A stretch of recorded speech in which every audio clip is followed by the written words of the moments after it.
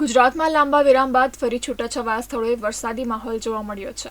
9 ઓગસ્ટના રોજ 1 મહિનાના વિરામ બાદનું આગમન થતાં ખેડૂતોએ રાહત અનુભવી હતી। 10 ઓગસ્ટની મોડી રાતથી જ વલસાડ જિલ્લામાં ધમાકેદાર શરૂઆત થઈ છે।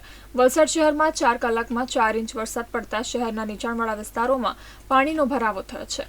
વહેલી સવારે પડેલા ભારે વરસાદને લઈને એમજી રોડ ઉપર નીચાણવાળા વિસ્તારમાં આવેલી દુકાનોમાં પાણી ભરાતા વેપારીઓ મુશ્કેલીમાં મુકાયા છે, તો મહાદેવનગર વિસ્તારમાં વરસાદી પાણીનો ભરાવો થતાં લોકોને હાલાકીનો સામનો કરવો પડી રહ્યો છે।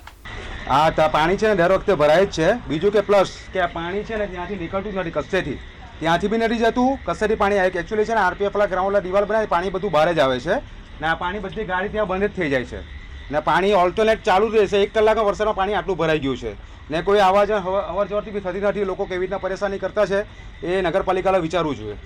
કમસે કમ અમે જ્યારથી આવે ત્યારથી આ પ્રોબ્લેમ છે જ, પાણી ભરાઈ જ જતું છે। એવું નથી કે નથી ભરાતું પાણી, અત્યારે થોડાક વરસાદ વધારે પડે ત્યારે પાણી નહીં, અત્યારે 1 જ કલાકમાં આટલું પાણી ભરાઈ ગયું એટલે બધું પાણી ડ્રેનેજનું પાણી બધું પાણી મિક્સ થઈને બધી જગ્યાએ ફરતી મેરે પાણી છે। આ ગાડી ફસાઈ છે, એક ભાઈની ઓલ્ટર એ અંદર જ છે, હજુ બી માણસ બી અંદર જ છે, નીકળવાનો પ્રોબ્લેમ છે અને હવે કોઈ ટ્રોલીવાળાને બોલાવ્યા છે, આવી જશે થોડી વારમાં।